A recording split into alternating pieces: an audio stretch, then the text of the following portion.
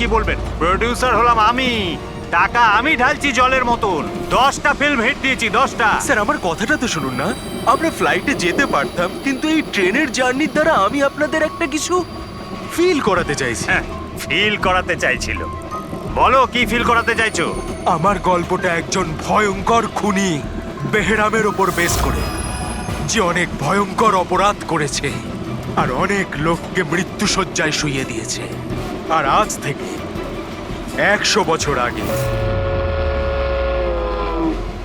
এই রুটে বেহরাম একটা ভয়ঙ্কর ক্রাইম করেছিল।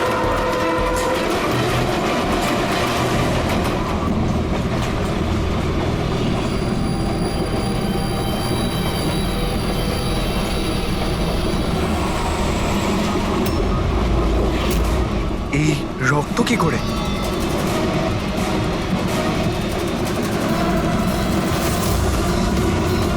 বাথরুমে লাশ। আরে কি হলো? কি হয়েছে? কি হয়েছে? দেখছি আমি। কি হয়েছে? তুমি বসো না, শোনো এবার গল্পটা। 100 বছর আগে ট্রেনটা টানেলের ভিতরে ঢোকে।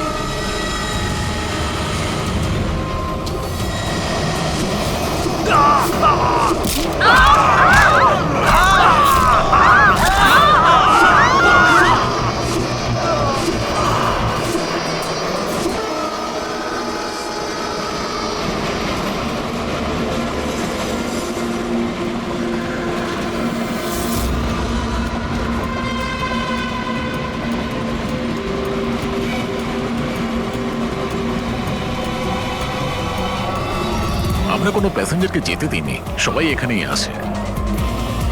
এই সরো সরো সরো সরো সরো সরো সরো সরুন সরুন সরুন, আসুন স্যার। খড়গপুর হাওড়া লোকাল আর কিছুক্ষণের মধ্যে 5 নম্বর প্ল্যাটফর্মে আসছে। দয়া করে নিরাপদ দূরত্বে সরে দাঁড়ান। खड़गपुर हावड़ा लोकल कुछ ही देर में 5 नंबर प्लेटफॉर्म पे आ रही है। कृपया सुरक्षित दूरी बनाए रखें। Kharagpur Howrah express coming on platform number 5। Please keep the safe distance. 2 number platform से एक थ्रू ट्रेन जाएगी। স্যার, सुरक्षित दूरी बनाए रखें। কারোর শরীরে কোনো আঘাতের দাগই নেই স্যার। সবার মৃত্যু ঘাড় ভেঙে যাওয়ার জন্যই হয়েছে স্যার। দেখো তো, একটু চেক করো, দেখো কারো আইডেন্টিটি পাওয়া যায় কিনা। এদের জিনিসপত্রও চেক করো। বাইরের লোকগুলোকে জিজ্ঞাসাবাদ করি। আচ্ছা, আপনারা কেউ কি কিছু বলতে পারবেন?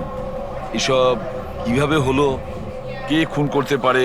হ্যাঁ স্যার, কম্পার্টমেন্টে অন্ধকার ছিল, এই জন্য দেখতে পারিনি স্যার।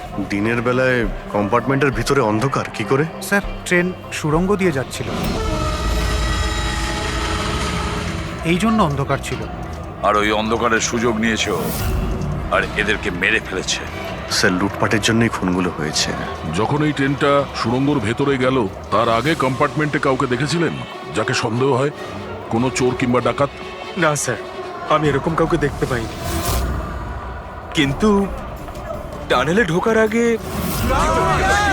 আরে স্যার, ছেড়ে দিন স্যার, একটা চেঁচানোর আওয়াজ পেয়েছিলাম। কার চিৎকারের আওয়াজ শুনেছিলেন? স্যার, আমি তো বাথরুমে গেছিলাম স্যার। বাথরুমে একজন লোকের লাশ দেখে আমি এতটাই ভয় পাই যে চিৎকার করে ফেলি। মানে প্রথমেই ওই লোকটার খুন হয়, তারপরে বাকিদের খুন করা হয়। ফ্রেডি, কিছু পেলে নাকি? স্যার, এই আই কার্ডটা পেয়েছি। এই লোকটা ট্রেনে ওয়েটার ছিল। স্যার, এটা তো নয় যে এই কাজটাকে সফল করার জন্য ট্রেনে ওয়েটার হয়ে ঘুরছে। হতে পারে। আচ্ছা, একটা কথা বলুন, আপনাদের কি কাউকে কারোর ওপর কোনো সন্দেহ হয়েছিল কোনো লোককে দেখে? হতে পারে সে ওয়েটারের ড্রেস পরে বা রেলের স্টাফ সেজে এসেছিল। হ্যাঁ হ্যাঁ স্যার, একটা লোক ছিল, খুব রোগা মতো, মোটা মোটা গোঁফ ছিল, খুব অদ্ভুত লাগছিল। স্যার, আমি দেখেছিলাম উনি মোটা আর ক্লিন শেভ ছিল ওনার। ও আচ্ছা, ফেডরিক, একটা কাজ করো, ট্রেনের বুকিং অফিস থেকে রিজার্ভেশনের চার্ট চাও আর তাতে দেখো এই বগিতে কতজন লোক বসেছিল আর সব প্যাসেঞ্জাররাই এখানে প্রেজেন্ট নাকি বাইরে চলে গেছে। হ্যাঁ, আচ্ছা এনার পাশের সিটে কে বসেছিলেন? আমি ও তাহলে তুমি তো জানবেই কি হয়েছিল, কে করেছিল। না স্যার, সবকিছু এত তাড়াতাড়ি হলো যে কিছু বুঝতেই পারলাম না। কিন্তু আমি শুধু ওই লাল রঙের কাপড়টা দেখেছিলাম, ওই যে ওইখানে রয়েছে।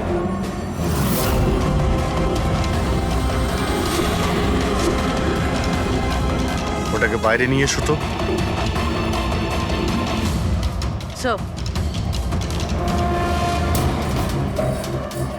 এই কাপড়টা আবার খুনির নয় তো? স্যার এটা খুনেরই কাপড় স্যার।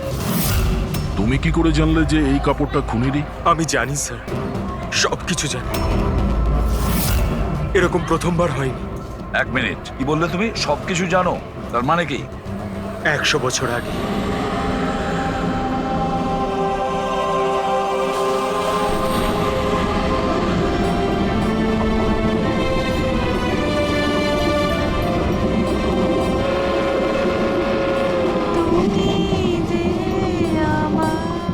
এই বহরাম তো সবার জীবন অতিষ্ঠ করে রেখেছে।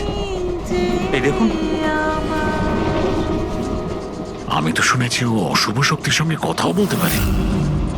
হ্যাঁ, কিন্তু ওর মুখ কিন্তু কেউ দেখেনি। সে কি? হ্যাঁ, আর ধরে নাও যদি আমাদের সামনে দিয়ে চলে যায় বা আমাদের পাশে এসে বসে, কেউ এটা বুঝতেই পারবো না যে ওই হলো বেহরাম। সেটা তো ঠিক কথা।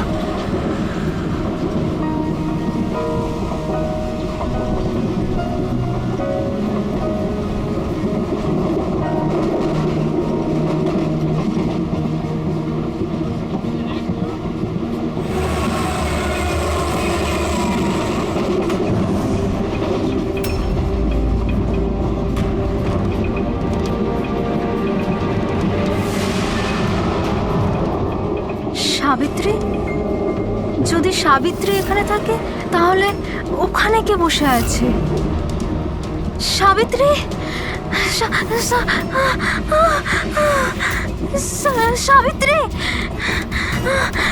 সাবিত্রী?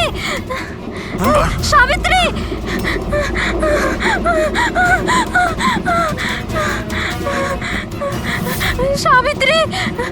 কোন সাবিত্রী? তো এখানে বসে আছে। জামাইবাবু, সাবিত্রীকে কেউ মেরে ফেলেছে, ওর লাশ পড়ে আছে। তাহলে এ কে?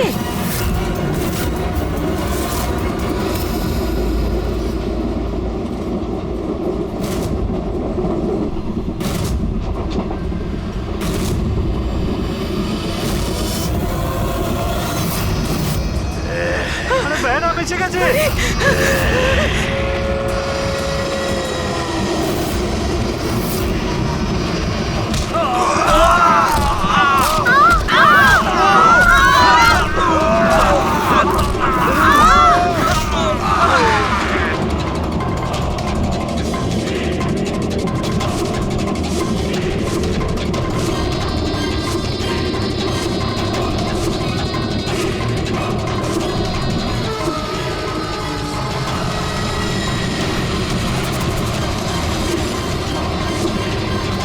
ওর নাম বেহরাম ছিল।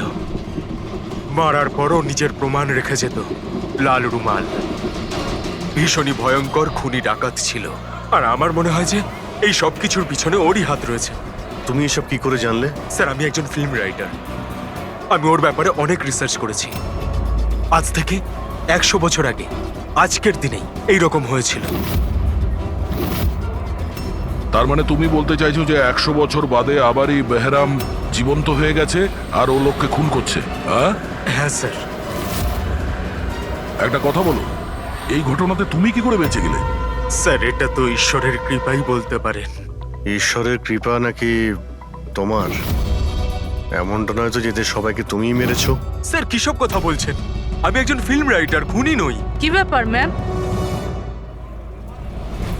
আপনি কিছু বলতে চান? দেখুন, ভয় পাবেন না, যা জানেন আপনি সোজাসুজি বলুন। ম্যাম, এই ছেলেটা 8 ঘন্টা ধরেও সিটে ছিল না। কখনকার কথা বলছেন? এই ঘটনাটা ঘটার পর। যখন খুন হয়েছিল তুমি কোথায় ছিলে? স্যার, এই মহিলা মিথ্যে বলছে। আমি ওয়াশরুমে গেছিলাম। ওয়াশরুম? ওখানে তো লাশ ছিল, তুমি দেখতে পাওনি? হ্যাঁ,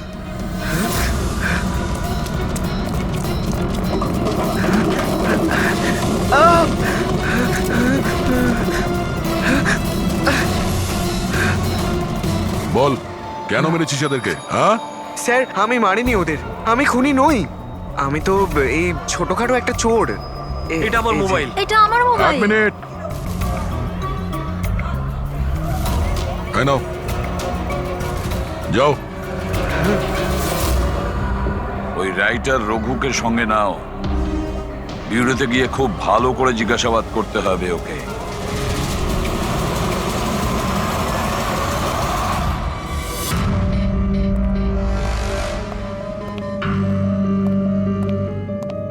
হ্যাঁ দয়া, রঘু কিছু বললো কেন ও খুন করিয়েছে?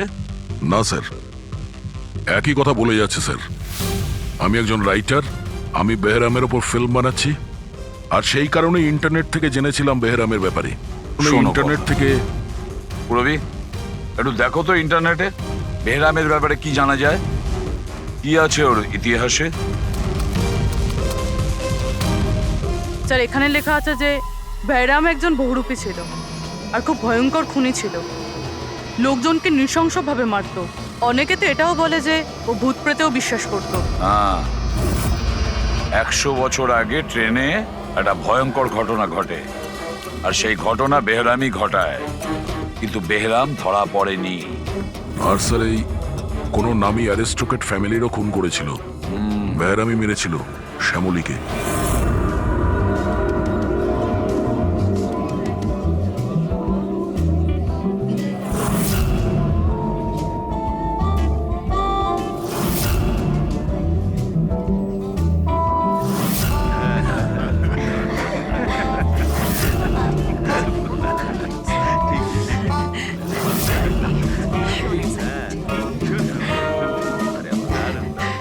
দারুণ বাজাচ্ছে না?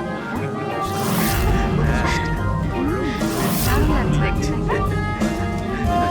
Nice food. খাবারগুলো খুব delicious।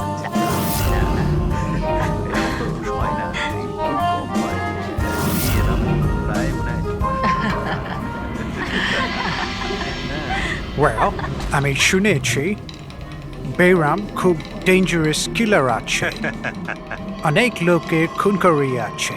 আরে না না, এ একদম সাধারণ অপরাধী। আমাদের ছেলে কোথায় গেল? এত বড় ডিল ফাইনাল হতে চলেছে, ও তো এখানে থাকা উচিত। বাস এসেই যাবে, আপনারা ডিসকাশন কন্টিনিউ করুন।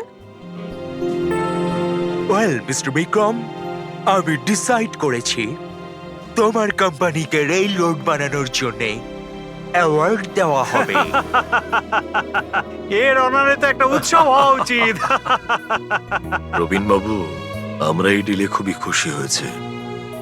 এবার আপনার কোম্পানিকে কিনে নিতে আমরা প্রস্তুত। থ্যাংক ইউ, এ আমাদের কাছে খুব খুশির মুহূর্ত। সিকিউরিটির ব্যবস্থা সব করা আছে তো? আবার বেহরাম এখানে চলে এলে পার্টিটা অসম্পূর্ণ থেকে যাবে। ভয় পাওয়ার কোনো দরকার নেই, সিকিউরিটির ব্যবস্থা করেছে বিক্রম, আর যতক্ষণ ও আছে ততক্ষণ চিন্তার কোনো ব্যাপার নেই। আর আসল ব্যাপারটা হলো এই শহরের নাম করা কুক আর আমার নিজের হাতে করা শিকারের খাবার খাবেন আপনি। এটা তো সবে শুরু প্রবীণ বাবু, আস্তে আস্তে আমি আপনার কাছ থেকে সবকিছুই নিয়ে নেব, সবকিছু। কি বলছেন আপনি? আমি কিছু বলছি না, সবই ভগবানের আদেশ। উনি আপনাকে বেছে নিয়েছেন, এর তো আপনার সৌভাগ্য যে আপনি এই বিশেষ অধিকার পেতে চলেছেন, যেমন আপনার ছেলে পেয়েছিল। দেখবেন নাকি? দেখুন তাহলে, টেবিলের নিচে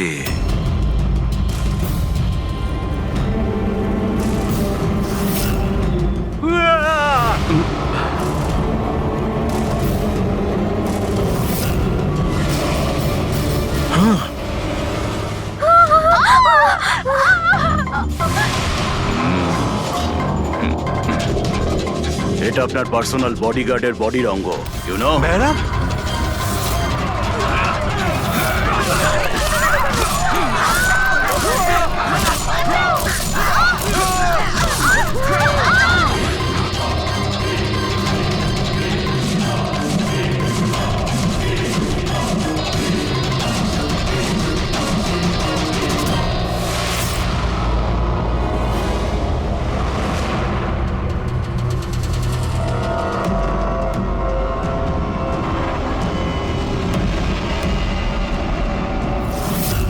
স্যার সব কিছু ঠিক তেমনই যেরকম 100 বছর আগে বেহরাম করেছিল।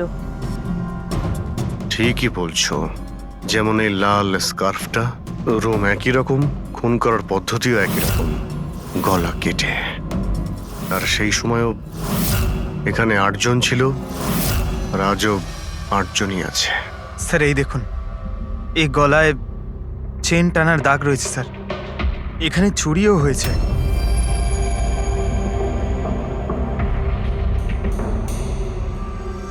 কি জানো তুমি এর ব্যাপারে? এসব কে করেছে? হ্যাঁ স্যার এই অতিথিদের মধ্যে একজন ছিলেন স্যার, উনি ধনী আর বৃদ্ধ, ওই টেবিলের ওখানে বসেছিলেন।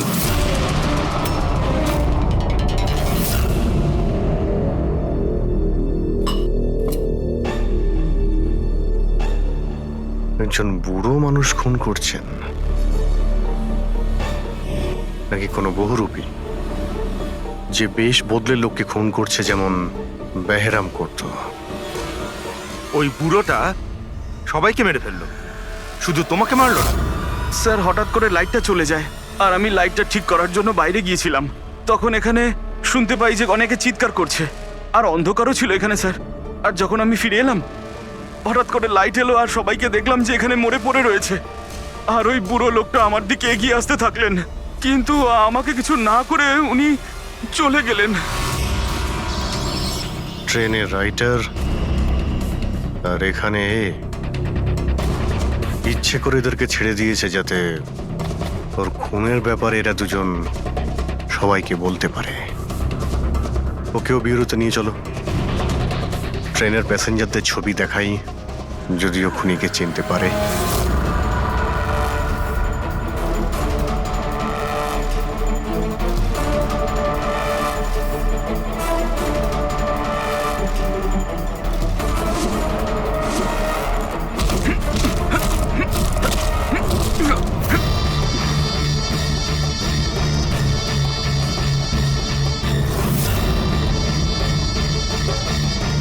মাস্টার, আরো বলি দিতে চাই, আরো খুন করতে চাই আমি।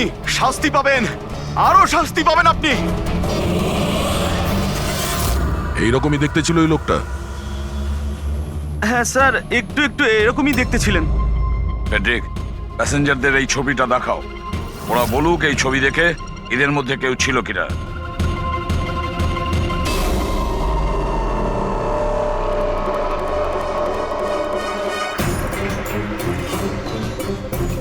স্যার সঠিকভাবে তো বলতে পারবো না, কিন্তু এই 4-5 জনের মধ্যে কেউই ওরকম দেখতে নয়। মনে হয় কেউ ছদ্মবেশে এসেছিল। স্যার হ্যাঁ পুরবি। স্যার খুনি একটা মেসেজ পাঠিয়েছে সিআইডির জন্য নেটে। আচ্ছা ঠিক আছে, থ্যাংক ইউ, তুমি যেতে পারো।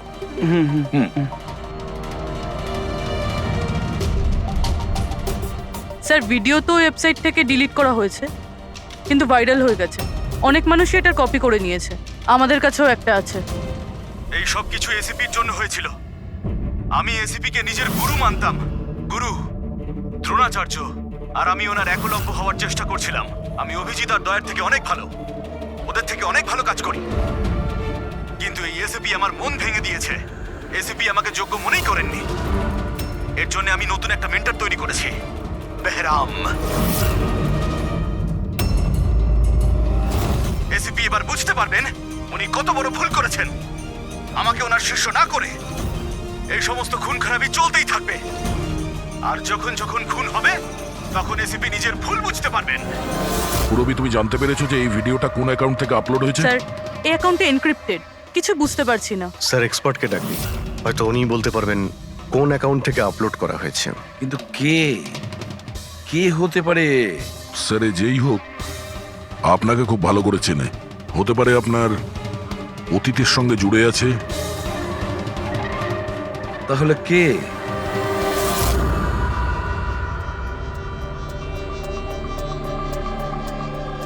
স্যার এটা যারই অ্যাকাউন্ট হোক, খুবই স্মার্ট, আর ওর পর্যন্ত পৌঁছানোর সব রাস্তাই ও বন্ধ করে রেখেছে। আইপি অ্যাড্রেস দিয়ে কিছু জানা যাবে না? লোকেশন টোকেশন আইপি কিছু? অ্যাড্রেস তো এনক্রিপ্টেড আছে, লোকেশনও বোঝা যাবে না স্যার। আরে ভাই, কোনো তো রাস্তা থাকবে। স্যার দেখছি আমি, এখানে সময়টা আছে, ভিডিওটা কটার সময় আপলোড হয়েছে। ওকে, তো টাইম থেকে জানতে পারা যাবে? হ্যাঁ, অবশ্যই খোঁজ পাওয়া যাবে। এটা এমন একটা সফটওয়্যার যেটা বলে দেবে কোন সময়ে কত এমবির ফাইল আপলোড করা হয়েছিল। আর ওই লোকটা যে ভিডিওটা আপলোড করেছিল সেটা মোটামুটি ওই 3 এমবির মতো। দুপুরে 1:16 করা হয়েছিল। একবার লোকেশনটা জেনে যাই, তারপরে ভিডিও আপলোড করা লোকটাকে খোঁজা খুব সহজ হয়ে যাবে। এটাই ওই জায়গা স্যার যেখান থেকে ভিডিওটা আপলোড করা হয়েছিল।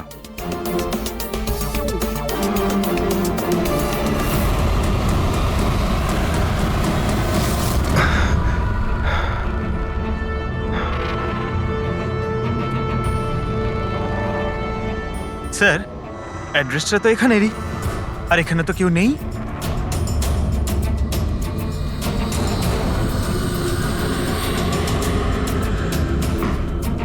স্যার, এটা স্টোর রুম। চলো গিয়ে দেখি।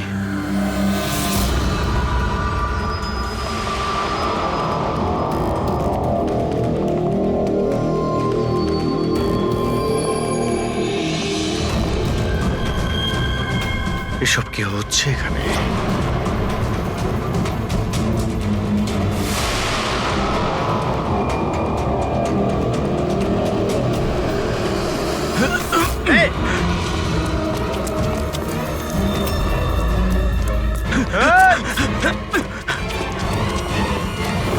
স্যার, না পঙ্কজ, পঙ্কজ পা তুলো না। আমার মনে হচ্ছে এখানে কোনো ট্রিগার রয়েছে। পা তুললে এটা টেনে নেবে তোমাকে। দাঁড়াও ফ্রেডি।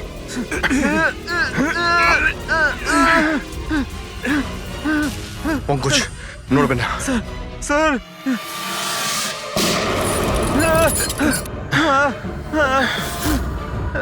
ঠিক আছো? হ্যাঁ ঠিক আছো তো? খুনি কিন্তু ভীষণ চালাক। দেখা না দিয়ে আমাদের নাকের ডকা দিয়ে পালিয়ে গেল। জানি না কি ফাঁদ পেতে রেখেছে এখানে।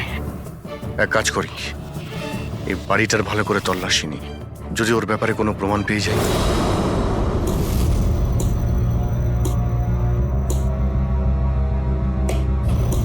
কি ভাবছো বস? আমি ভাবছিলাম ওই খুনির কথা। ও বলছিল ও একলব্য আর আমি দ্রোণাচার্য। একলব্য আর দ্রোণাচার্য।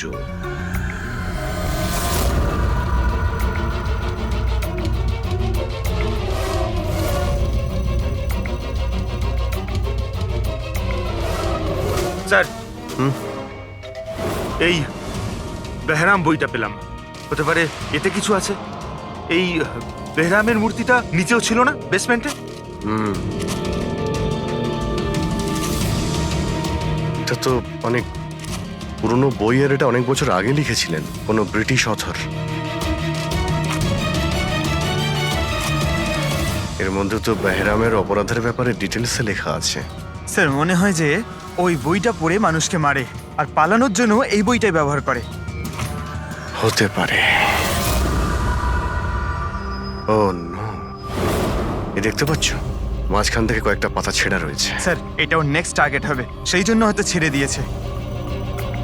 কিন্তু ওই পাতার মধ্যে কি লেখা আছে ওগুলো দেখলেই আমরা বুঝতে পারবো ওর পরের টার্গেট কি আর ও কি প্ল্যান করতে চলেছে। তার জন্য এরকম আরো একটা সেম বুক চাই। কিন্তু পাবো কোথায় স্যার? এ তো 100 বছরের পুরনো বই। আরে কোনো না কোনো লাইব্রেরিতে পেয়ে যাব। শহরে যতগুলো লাইব্রেরি আছে সবকটা চেক করতে হবে, দেখি এরকম একই বই কার কাছে রয়েছে। আচ্ছা, এমন কোন স্টুডেন্ট আছে যে দয়া আর অভিজিতের থেকে বেটার স্টুডেন্ট? এক মিনিট, বস, এটা সেই 20 বছর আগের ঘটনা নয় তো? যখন তুমি সিআইডি অফিসারদের ইনস্ট্রাক্টর ছিলে তখন কোনো পুরনো স্টুডেন্ট এমন ছিল যে তোমায় গুরু মনে করে? সে কে হতে পারে?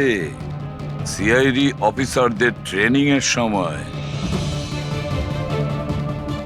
এক মিনিট, দুজন স্টুডেন্ট ছিল ভীষণ ইন্টেলিজেন্ট, কিন্তু ওদের মধ্যে একজন দুর্দান্ত ব্রিলিয়ান্ট ছিল। আর এতটা ব্রিলিয়ান্ট ছিল যে টেস্টে 100% মার্কস পেত। অসাধারণ স্টুডেন্ট ছিল। তারপর ওর সঙ্গে কিছু হয়েছিল?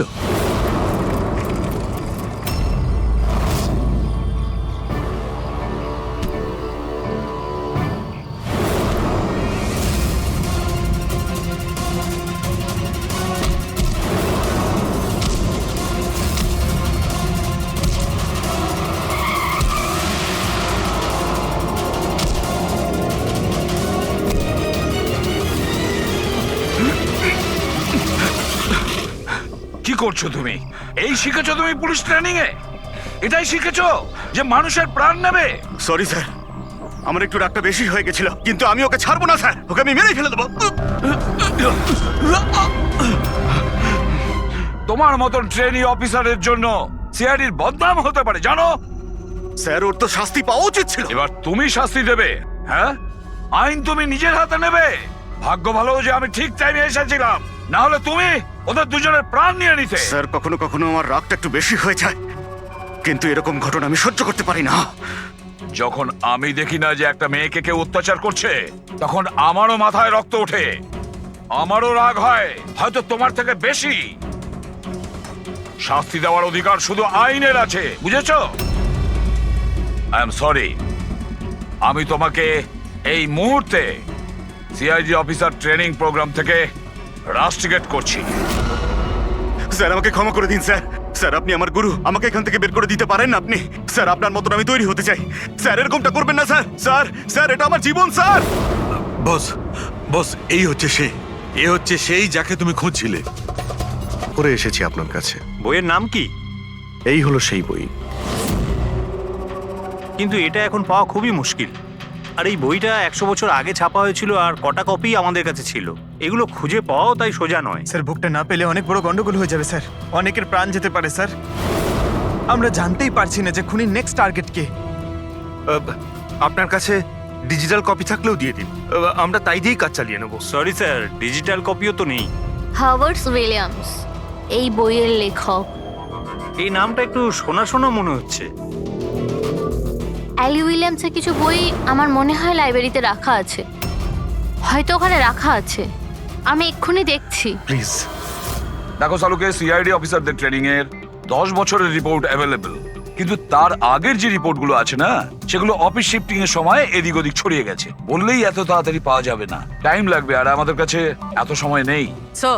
হ্যাঁ, ট্রেনে আপনি যাদের ওপর সন্দেহ করেছিলেন তাদের ব্যাকগ্রাউন্ড চেক করেছে। ওদের মধ্যে আমান বলে একজন ব্যক্তি কিছু বছর আগে একটা সিকিউরিটি এজেন্সিতে পার্সোনাল বডিগার্ডের কাজ করত। 2 মাস আগেই ওকে এই চাকরি থেকে বের করে দেওয়া হয়েছে। 2 মাস আগে চাকরি থেকে বের করে দিয়েছে। কোথায় থাকে? নাগপুরের। নাগপুর? ওখানে তো আমাদের সিআইডি ট্রেনিং এর ক্যাম্প আছে, ওর ফটো আছে আমাদের কাছে। পেয়েছো তুমি? এই যে স্যার। একজন মহিলা উইল করে তার অনেক বই লাইব্রেরিকে দান করে গেছেন। তার মধ্যে একটা খুব পুরনো বইও ছিল, যেটা ওনার ঠাকুরদা হ্যাবার্ড উইলিয়ামস লিখেছিলেন। হ্যাবার্ড উইলিয়ামস ব্রিটিশ হিস্টোরিয়ান ছিলেন। পেয়ে গেছি বইটা। Thank you very much.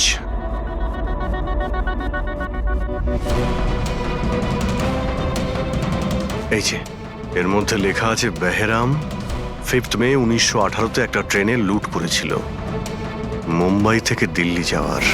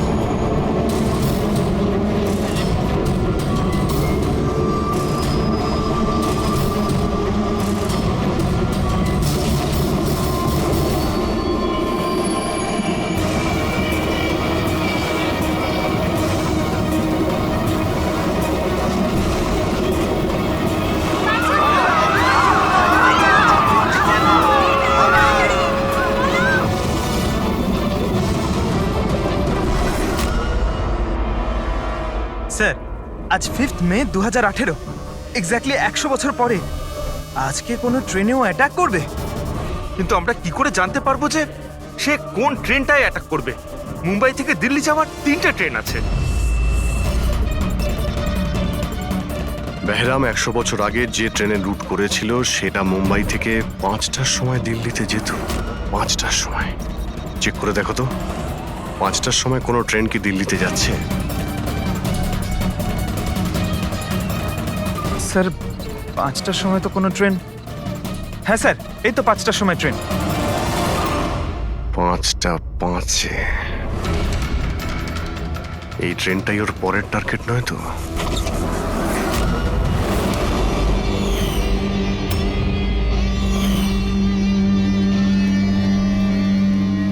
বলো। হ্যাঁ স্যার, আজ থেকে 15 বছর আগে আমি ওই সিআইডি অফিসার ট্রেনিং ক্যাম্পে ছিলাম, আর আপনি আমায় রেস্ট্রিকেটও করেছিলেন। কিন্তু তার মানে এটা নয় যে স্যার আমি লোকজনকে খুন করে বেড়াবো। তাহলে তুমি যদি না করে থাকো, তাহলে আর কে হতে পারে যে নিরীহ লোকের প্রাণ নিচ্ছে? আর কে হতে পারে? যতীন।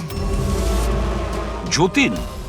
হ্যাঁ স্যার, যতীন ওই ক্যাম্পে ছিল, আর আপনি ওকেও রেস্ট্রিকেট করেছিলেন। আচ্ছা, ওর নাম যতীন। স্যার, যতীন বলছিল যে আপনি ওর আর আমার জীবন শেষ করে দিয়েছেন, আর আমরা দুজনে মিলে তার প্রতিশোধ নেব। ও আমার কাছে সাহায্যও চেয়েছিল। আর তুমি ওকে সাহায্য করেছো? হ্যাঁ হ্যাঁ স্যার। কি সাহায্য করেছিলে? ও বলেছিল যে ওর বাড়িতে আর্মি অফিসাররা রেড করেছিল, আর ও লুকোনোর জন্য জায়গা খুঁজছে যেখানে ও একা থাকতে পারবে। আর তুমি ওকে সেলটা দিয়েছিলে? কোথায় দিয়েছিলে? এই বাড়িতেই স্যার। স্যার, আমি ওকে আমার বাড়ির বেসমেন্টে থাকার জন্য জায়গা দিয়েছিলাম, কিন্তু স্যার যতীন কিছু না কিছু তো নিশ্চয়ই করছিল। এখন ও কোথায়? স্যার, এখনো কোথায় আছে আমি সেটা জানি না, কিন্তু কিছুক্ষণ আগেই ও বেরিয়েছে এখান থেকে, আর ওর হাতে একটা ব্যাগও ছিল। ওর হাতে ব্যাগ ছিল? হ্যাঁ অভিজিৎ, হোয়াট? ট্রেনে অ্যাটাক হতে পারে? কোন ট্রেন? কটার ট্রেন?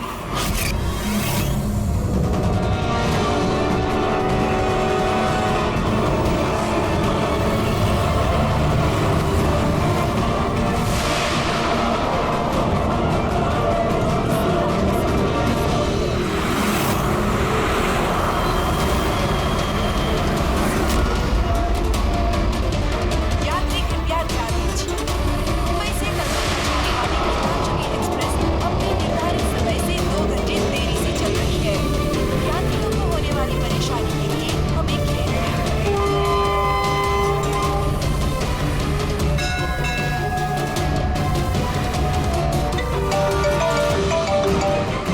হ্যাঁ ডক্টর সালুকে।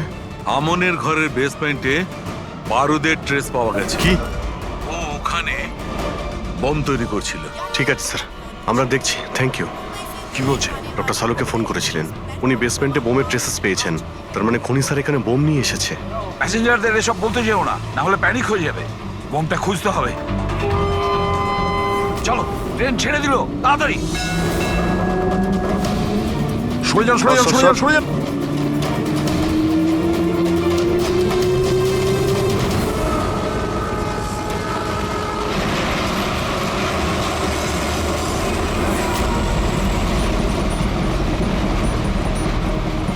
এই এখানে যে লাগেজগুলো আছে এগুলো সব আপনাদেরই তো? কোনো লাওয়ারিস ব্যাগ নেই তো এখানে? একটু দেখো।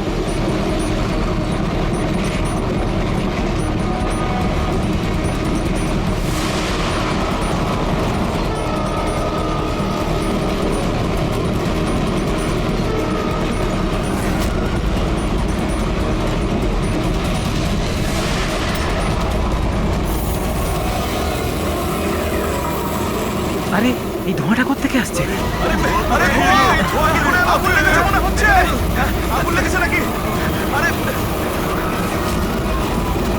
মাই গড, ধোঁয়া!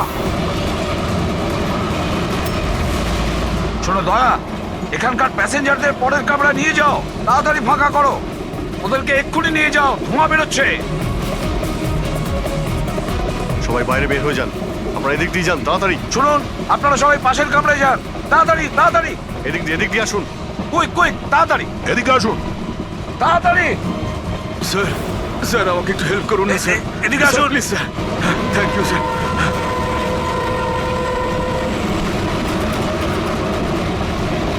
কষ্ট হচ্ছে স্যার। কি হয়েছে তোমার? পেটে ব্যথা? স্যার, আমি একটা লোককে দেখেছিলাম। ওই লোকটাকে দেখে গন্ডগোল মনে হচ্ছিল, আর ওর কাছে একটা ব্যাগও ছিল। ও সেটা লুকাবার চেষ্টা করছিল। আর যখন আমি জিজ্ঞেস করলাম যে এই ব্যাগে কি রয়েছে, তখনই ও আমাকে আঘাত করলো।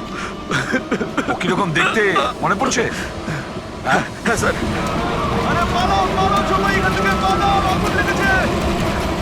হ্যাঁ বলো। বস, আমি এই বইটা পড়েছি। ওতে লেখা আছে যে অনেক বছর আগে একজন ব্রিটিশ অফিসার ওকে ফলো করছিল। হ্যাঁ হ্যাঁ। কিন্তু পরে ও ওই ব্রিটিশ অফিসারকে মিথ্যে কথা বলে একলা ডাকে আর শেষ করে দেয়। আমি এই বইটা পড়েছি। ওতে লেখা আছে যে অনেক বছর আগে একজন ব্রিটিশ অফিসার ওকে ফলো করছিল। হ্যাঁ হ্যাঁ। কিন্তু পরে ও ওই ব্রিটিশ অফিসারকে মিথ্যে কথা বলে একলা ডাকে আর শেষ করে দেয়। মাই গড! আরে কোথায় গেল লোকটা?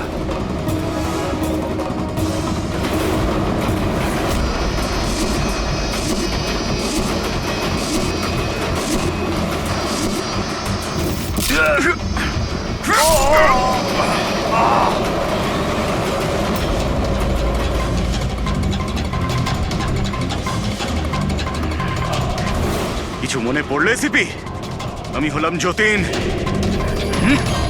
দেখ দেখ এই মুখটাকে, আর চেনার চেষ্টা কর।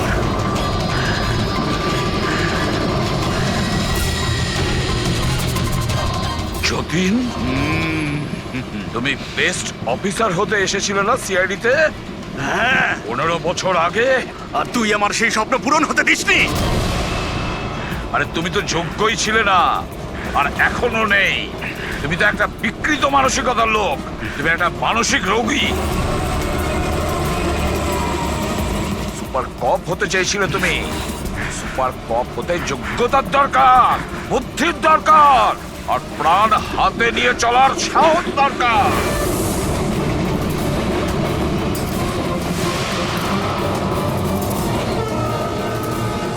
দেখেছো ইন্সপেক্টর অভিজিৎকে? কখনো দেখেছো ইন্সপেক্টর দয়াকে, হেড্রিককে, পঙ্কজকে, পুরবীকে? দেখেছো কোনোদিন?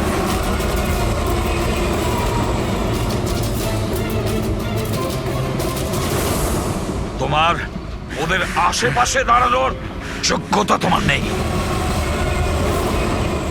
তোমার মতন অপরাধীর হাতে মরবার জন্য এসিবির প্রদ্যুমান জন্ম নেয়নি, বুঝেছ? দেখবে তোমার পরিণতি কি হয়। আমি কিছুক্ষণের মধ্যে লাফ দিয়ে পালিয়ে যাব, কিন্তু কিছুক্ষণের মধ্যে তোর সমস্ত সিআইডি অফিসাররা পুড়ে ছাই হয়ে যাবে।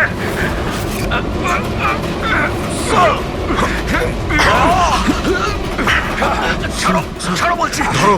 ছাড়ো।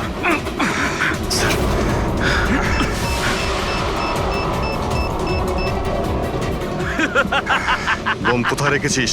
বলবো না, কিছুতেই আমি বলবো না। এসিপি, এখন তুমি আর তোমার সব সিআইডি অফিসাররা আর সব প্যাসেঞ্জাররা মরে যাবে, আর তার জন্য দায়ী হবে তুমি, শুধু তুমি এসিপি, তুমি।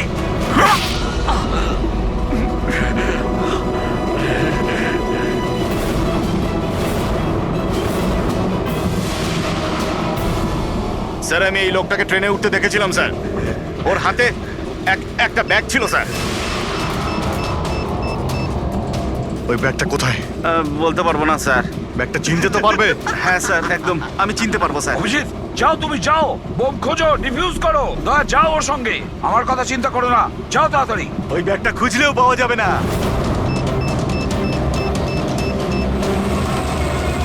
বোমটা ফাটতে 1 মিনিট বাকি রয়েছে। তাড়াতাড়ি যাও তোমরা। 1 মিনিটের মধ্যে বোমটা ফাটবে।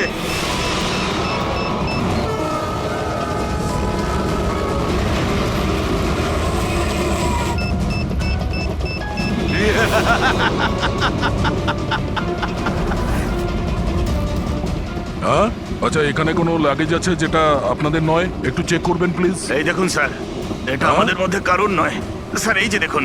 এটা আপনার নয়? না স্যার, এই ব্যাগটা আমাদের নয়। জানি না এটা কার। এটা? হ্যাঁ স্যার, এই ব্যাগটাই স্যার।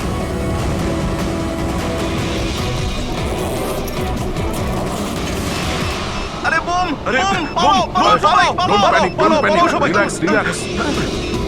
ও মাই গড, 10 সেকেন্ড আছে। 10 সেকেন্ড? হ্যাঁ, ডিফিউজ করার সময় নেই, এটা নিয়ে ফেলে দিতে হবে।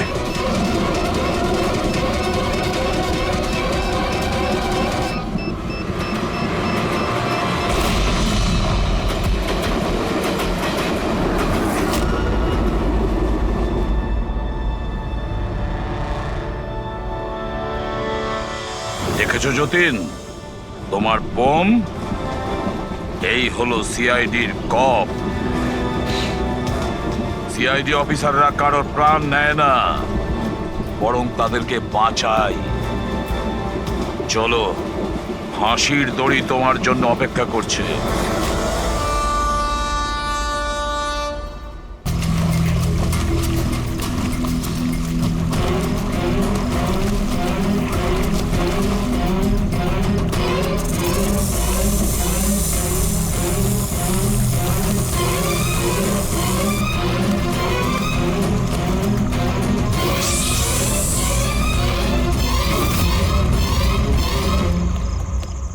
কে কে কে ওখানে?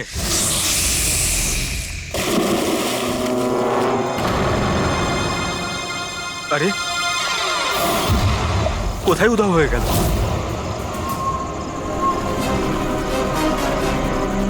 হীরা, আরে হীরা, লাইট অফ হয়ে গেল কেন? দেখ তো।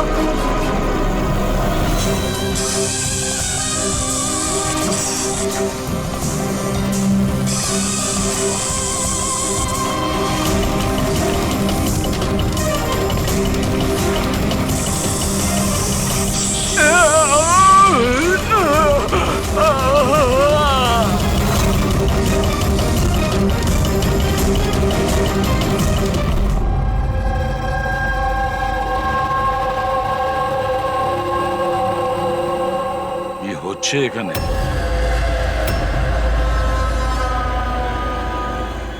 এটা কি ধরনের প্রশ্ন? আপনারা কি দেখতে পাচ্ছেন না আমার ভাই আরিয়ানের মৃত্যু হয়েছে? হ্যাঁ, দেখতে তো পাচ্ছি। কত তাড়াহুড়ো রয়েছে আপনাদের আরিয়ানের শেষকৃত্য করার জন্য। আপনি কে? আমার নাম তো শিশির, কিন্তু আপনারা কি এভাবে অসভ্যের মতো আমাদের সাথে কথা বলছেন? সিআইডি, আর আমাদের সন্দেহ যে আরিয়ানকে খুন করা হয়েছে। সিআইডি, আপনারা বোধহয় কোথাও ভুল করছেন। আমি মীনাক্ষী দেবী, এই বাড়ির ওনার। এখানে কারোর মার্ডার হয়নি। কিন্তু যে... এক মিনিট, আপনাদের কিছু প্রশ্ন করার আগে আমি এটা বলতে চাই যে আপনারা এই সময় আমার বাড়িতে দাঁড়িয়ে আছেন, তাও আনইনভাইটেড, মানে বিনা আমন্ত্রণে। বিনা আমন্ত্রণে আমরা আসিনি, আমাদের ফোন করা হয়েছিল। এটা বলা হয়েছে যে আরিয়ানকে খুন করা হয়েছে। What nonsense! কে করেছে ফোন? তিনি ওনার নাম হলো হীরা। হীরা? তোমার এত বড় সাহস! আমি বারণ করা সত্ত্বেও তুমি ওনাদের এখানে ডেকেছো? কেন মীনাক্ষী দেবী, আপনি কি চান না আপনার ছেলের খুনি ধরা পড়ুক? এরকম আবার হয়নি তো যে আপনাদেরই কোনো আপনজন সেই এই খুনটা করেছে আর আপনি তাকে আড়াল করতে চাইছেন? ব্যাস, আমি আমার পরিবারের উপর এই জঘন্য দোষারোপ সহ্য করব না। তাহলে কি কারণ ছিল সিআইডি কে না কল করার? কারণ এটাই যে আমি যদি আপনাদের বলি যে আমার ছেলে আরিয়ানকে খুন কে করেছে, আপনারা সেটা বিশ্বাস করতেন না আর ধরতেও পারতেন না তাকে। মীনাক্ষী দেবী, পৃথিবীতে এমন কোনো খুনি নেই যাকে আমরা ধরতে পারি না। নাম বলুন। নামই তো নেই ওর। আমার ছেলের খুন একটা সাপের আত্মা করেছে। কি বলছেন? কি? সাপের আত্মা? হ্যাঁ, ওই সাপটা মরার পর আমার ছেলের ওপর বদলা নিচ্ছে ভূত হয়ে। বিশ্বাস করছেন না তো আমার কথা? তাহলে দেখুন, আমার ছেলের গলায় সাপের ছোবলের চিহ্ন আছে।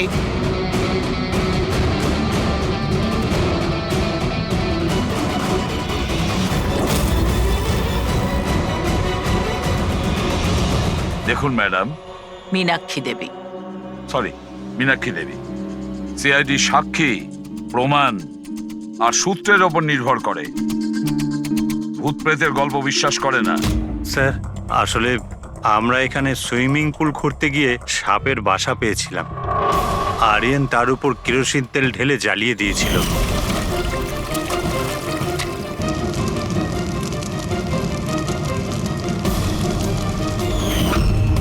স্যার, সব সাপ মারা গেছে, এখন ওরা ফিরে এসেছে ভূত হয়ে। প্রতিশোধ নিতে। ভূত? আপনি স্যার, এ আমার ওয়াইফ নয়না। কিন্তু আমি আর আরিয়ান তো দেখেছিলাম ওই ভূতটাকে। শেষ পর্যন্ত ওই সাপ আমার স্বামীকে মেরে ফেললো। আমি তো একজন তান্ত্রিককেও ডেকেছিলাম যাতে বাড়ি শুদ্ধিকরণ করতে পারি, কিন্তু উনিও সাপের আত্মাকে তাড়াতে পারেননি। স্যার, সবাই বাড়ি ছেড়ে চলে গেছে, শুধুমাত্র এরা দুজন ছাড়া। এরা আমাদের বাড়ির অনেক পুরনো মানুষ। হীরা, হীরা, তোমার এরকম কেন মনে হচ্ছে যে আরিয়ান খুন হয়েছে? তোমার কি এই সাপে কাটার বিষয়টা বিশ্বাস হচ্ছে না? হ্যাঁ স্যার, তবে সাপের বদলে আমি বিশ্বাস করি না। যেহেতু এই পরিবারের আমি নুন খেয়েছি, তাই আর না বলে থাকতে পারলাম না, তাই আপনাদের ডেকে নিয়েছি। যাতে আসল খুনি ধরা পড়ে। ভালো করেছেন। অন্তত কেউ তো একজন আছে এই ঘরে যে সেন্সেবল কথা বলছে। সেন্সেবল কথা বলছে? যদি আপনাদের আমাদের কথা ইনসেন্সিবল লাগে আর ওদের কথা সেন্সিবল লাগে, তাহলে বলুন আমার ছেলের গলায় সাপের দাঁতের চিহ্ন কি করে এলো? সেটারই তো তদন্ত করতে চাইছি আমরা, মীনাক্ষী দেবী। আর আপনারা সবাই মন দিয়ে শুনুন, যতক্ষণ না আমাদের তদন্ত শেষ হচ্ছে আমরা আপনাদের সকলকে সন্দেহের তালিকায় রাখছি। সেই জায়গাটা দেখতে চাই যেখানে আরিয়ানকে সাপে কামড়েছিল।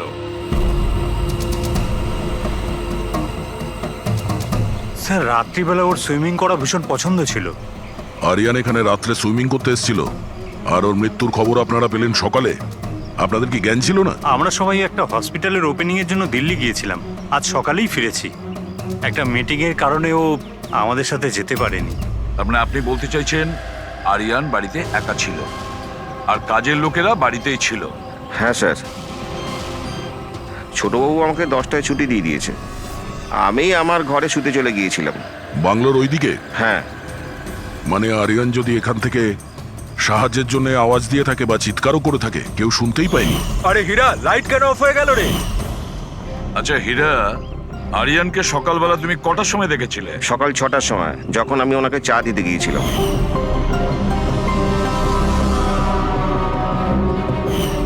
আচ্ছা, আপনারা সবাই দিল্লি গিয়েছিলেন কোন হসপিটালের উদ্বোধনের জন্য? স্যার, আমাদের নিজেদের হসপিটাল। আমার বাবা ডাক্তার ছিলেন, আর তারপর আমার ভাইও, আমার ওয়াইফও ডক্টর। স্যার, আমার ছেলে সচিন আর আরিয়ানের মেয়ে বিনীতা, এই দুজনও একসাথে মেডিকেল পড়ছে বোস্টনে। অ্যামেজিং, আশ্চর্য ব্যাপার।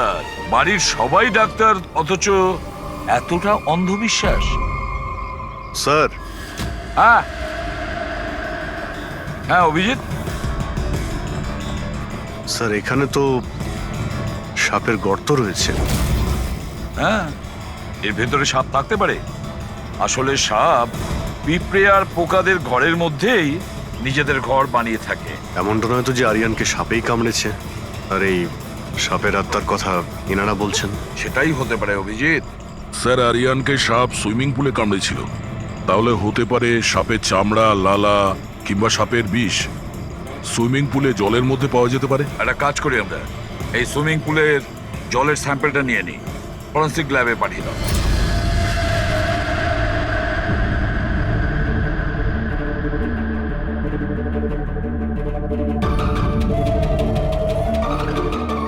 আরে দেখো, 15 মিনিট ধরে দাঁড়িয়ে আছি, তুমি তো কোনো কথাই বলছো না। কি বলবো ভাই, এই কেসটা এত কনফিউজিং, কিছু বলতেই পারছি না। এক কাজ করো, তোমরা একটু বিশ্রাম করো, আমি ততক্ষণ আমার মাথাটা একটু ঠান্ডা করে। আমরা কি এখানে মজা করতে এসেছি? আরে আমি কখন সেটা বললাম? আচ্ছা, আর কি বলছো? আরে ভাই তুমি, আচ্ছা ছাড়ো। বস, বস যতটুকু জানতে পেরেছি ততটুকু বলে দিচ্ছি, কিন্তু প্লিজ কোনো সওয়াল জবাব করবে না প্লিজ। দেখো বস, ওই সুইমিং পুলের যে জলের স্যাম্পল ছিল না, ওতে এমন কিচ্ছু পাওয়া যায়নি যা থেকে কিছু জানতে পারি। কিচ্ছু নেই, না কোনো সাপের চামড়ার টুকরো, না কোনো বিষ আছে সেখানে, কিচ্ছু নেই যা দিয়ে কিছু জানতে পারবো বস, কিচ্ছু নেই। তাহলে ওর মধ্যে কনফিউজিং কি আছে? ব্যাপারটা একদম পরিষ্কার স্যার, পুলের মধ্যে কোনো সাপ টাপ ছিল না, একে খুন করেছে একজন মানুষই। এতে কিসের কনফিউশন? আর খুনি এটা দেখাতে চেয়েছে যে আরিয়ানের মৃত্যু সাপের কামড়ে হয়েছে। বাহ, খুব ভালো। তবে আর ডক্টর সালুকের দরকার কি বস?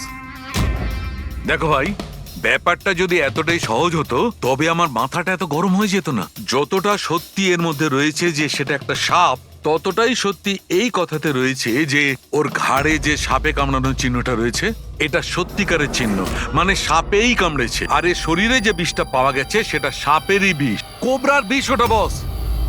স্যার এইমাত্র তো আপনি বললেন পুলে কোনো সাপ আসেইনি, তাহলে ওর শরীরে কোবরার বিষ কিভাবে এলো? সেটাই তো আমার কনফিউশন ভাই, সেটাই কনফিউশন।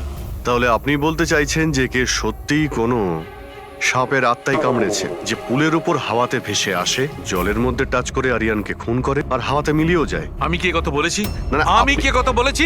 এটা তুমি ভেবেছো ভাই, এটা তোমার স্বপ্ন। আচ্ছা তুমি এরকম বেকাটারা কথা বলছো? বেকাটারা নয় বস, আমার মাথাটা গোলমাল হয়ে আচ্ছা যাচ্ছে। তাহলে আপনি পরিষ্কার করে বলুন কি বলতে চাইছেন। দয়া, আমি কি বলতে চাইছি সেটা আমিই বুঝতে পারছি না, সেই জন্যই বলেছিলাম কোনো সওয়াল জবাব করবে না, যা বলবো সেটা শুনে নেবে ব্যাস। দেখো সালুকে, একটা কথা বলো, তোমার এটা মনে হচ্ছে না যে তোমার কোনো ভুল হচ্ছে ফরেনসিক ইনভেস্টিগেশনে? এমন কোনো মিসিং লিংক আছে যেটা তুমি খুঁজে পাচ্ছ না?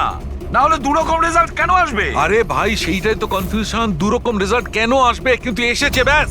বস, সাপের যে আসল বিষ আছে সেইটা আর এর শরীরে যে বিষটা আছে সেইটা আমি দুটোকে কম্পেয়ার করেছি।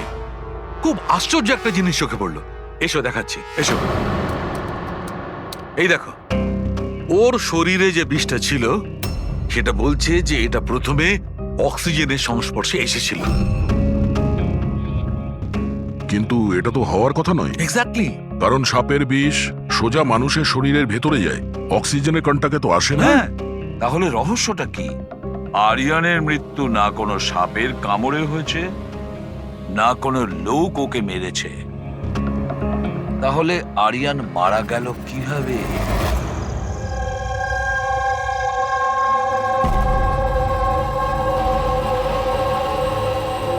বাবা, হ্যাঁ বাবা, ওই বাকি যে কাজগুলো আছে সেগুলো কালকে করে দেব। আমি গিয়ে দ্বিতীয় কেবিন থেকে ঘুরে আসি, ততক্ষণ আপনারা দুজন এদিকটা একটু সামলে নিন। ঠিক আছে বাবা।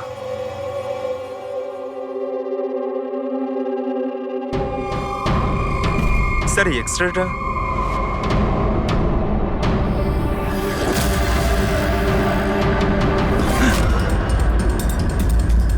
ইম্পসিবল, এটা তো মানুষের দাঁতের এক্স রে, কিন্তু এই দুটো দাঁত তো সাপের। আরে এটা কি হলো? 1 মিনিট স্যার, আমি গিয়ে দেখছি।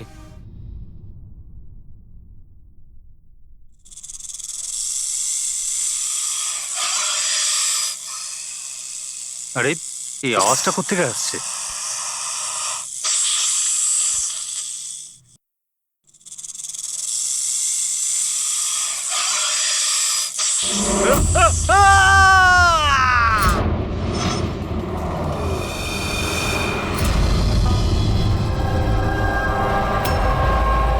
স্যার, এর পায়েও তো সাপে কামড়ানোর চিহ্ন।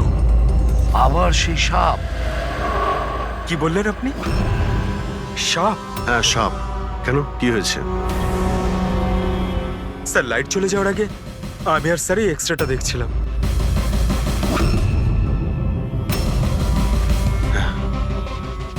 এক্সরেতে তো মানুষের দাঁতের সঙ্গে সঙ্গে সাপের দাঁতও দেখতে পাচ্ছি। যদি সাপই হয় তাহলে সাপ 20তলা বিল্ডিং এ বেয়ে বেয়ে ওপরে উঠেছে, এটা কিভাবে সম্ভব? আপনাকে তো বলেছিলাম সাপেরই আত্মা ওটা, কিন্তু আপনারা তো বিশ্বাস করতে চাইছেন না আমার কথা। স্যার, এই এক্সরেটা নকলও হতে পারে, এসব প্রস্থেটিকের দাঁতও হতে পারে। তোমার বাবা রুমের মধ্যে কি একা ছিল যখন চিৎকার শুনতে পেয়েছিল? হ্যাঁ স্যার। আর কেউ কি রুম থেকে বাইরে বের হয়েছিল? না স্যার। তাহলে খুনি কোনো অন্য রাস্তা দিয়ে এই রুম থেকে বাইরে গিয়েছিল। কিন্তু স্যার, এখানে তো আর অন্য কোনো রাস্তা নেই বাইরে যাওয়ার। নেই কি বলছো? নিশ্চয়ই কোনো রাস্তা আছে, কোনো গোপন পথ। স্যার। হ্যাঁ দয়া। স্যার, এই দেখুন, দেওয়ালে গর্ত আছে। খুনি তো নয়, কিন্তু সাপ এই গর্ত দিয়ে সহজেই আসতে পারে এই রুমে। তাহলে এই গর্তটা কোথাও তো গিয়ে মিশেছে। কি আছে এই রুমটার পাশে? স্যার, এই রুমের পাশে আরো একটা রুম আছে। পঙ্কজ, ওই স্প্রেটা একটু নিয়ে এসো তো, যেটা সালুকে বানিয়েছে স্নেক লাইনের জন্য, যেটাতে কালার চেঞ্জ করে দেয় যদি স্নেক থাকে।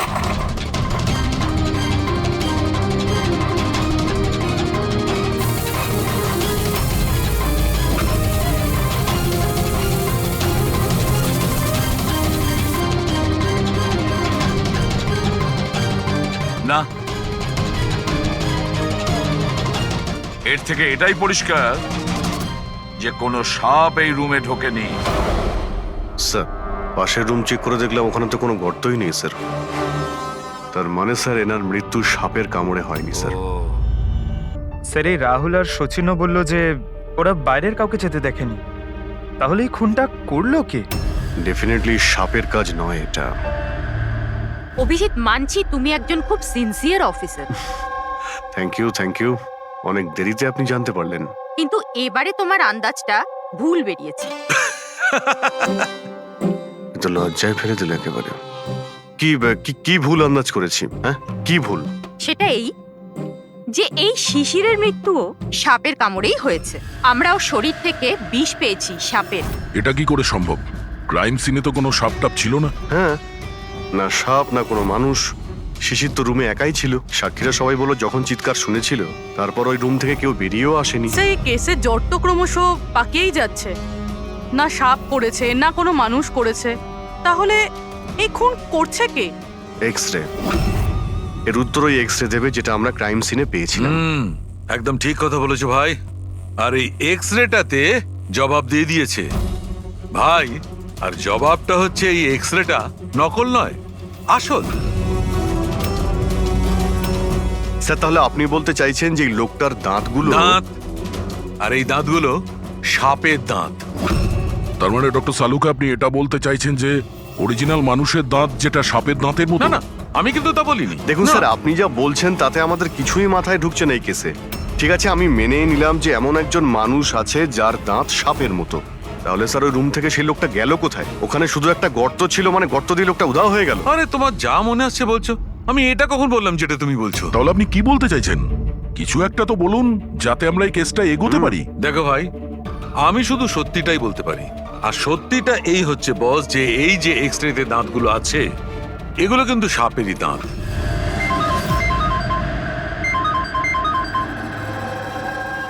Yes? Really? Are you sure? Okay, thank you. কি সারিকা, কোনো খবর এলো?